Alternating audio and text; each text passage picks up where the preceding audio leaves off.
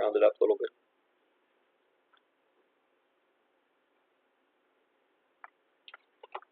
So I just use my calculator. So I got negative 0.010625. Did anyone choose a different point on their graph than what I chose?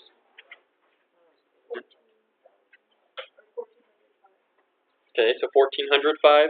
So since we have the same y value, ours will probably be a little bit different, but we should be pretty close.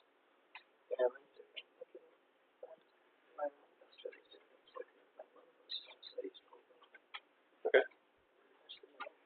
So what was your rate of change?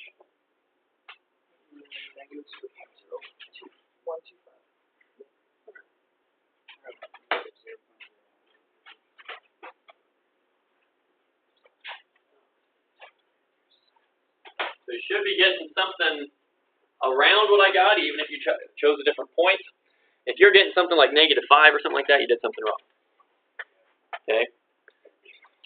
If you are getting something like, anyone get -94? Okay. If you did that, you press these two variables, you get 1600 on top. Okay. What's the label for my rate of change? Let's think about what this actually means. This is the application of figuring out what does this number mean. Don't just let it be a digit on the page. Let it come to life for you.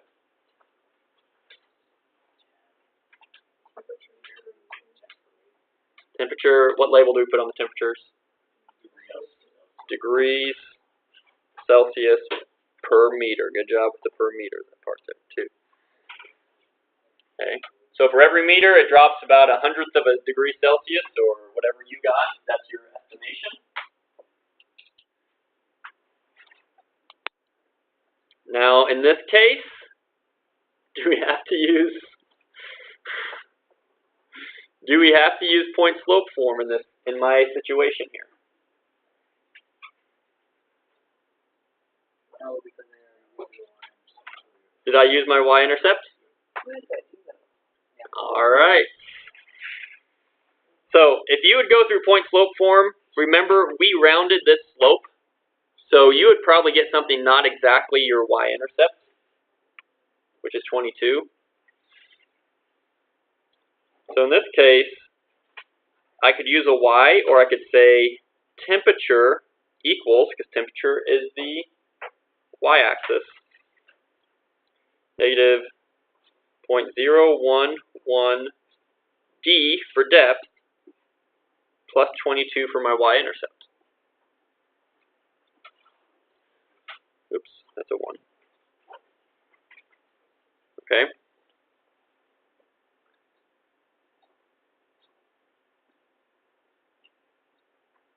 So this is the prediction equation. You have a rate of change of your slope, and then you have your y-intercept of 22. If you don't use your y-intercept, which sometimes you won't, and sometimes you won't have it, you have to use point slope form. Is that okay with everyone? Got that? Okay. So the final thing is, remember we had a question here, is what would be the temperature at 2,500 meters?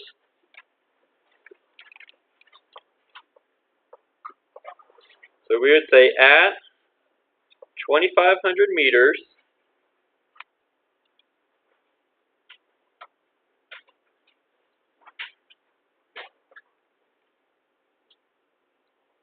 the temperature would be, and now we have to plug it in. So I'm going to use mine. If you have a different formula, use yours.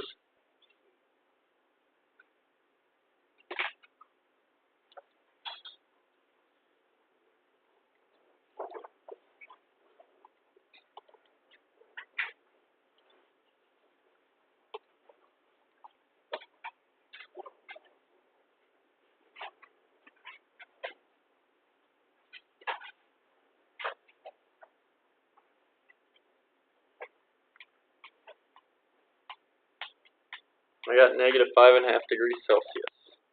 Okay. So one thing I like about this assignment is each of you can be a little bit different, but you should be close. So it's not there is some accuracy to this. You want to be accurate. You have to be accurate in your graphing, If you're not accurate with your graphing, then your line of estimate's going to be off. Everything's going to be off. So you have to attend to precision there. You have to be precise with your graph in order to get a good answer. Okay, so that's where straight edges, your spacing, that's where the grid paper, having a little bit more space rather than what the red paper does. All of that pays off.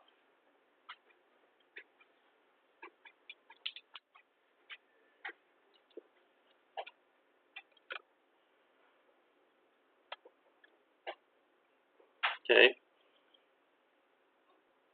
Is this okay?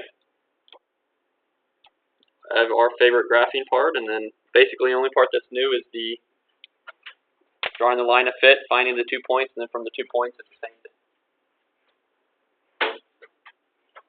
So for the rest of the hour, once you get in the group that you had yesterday, each of you need to do your own assignment, but you can work together in that group to get started with the 3 through 10. Only 8 questions.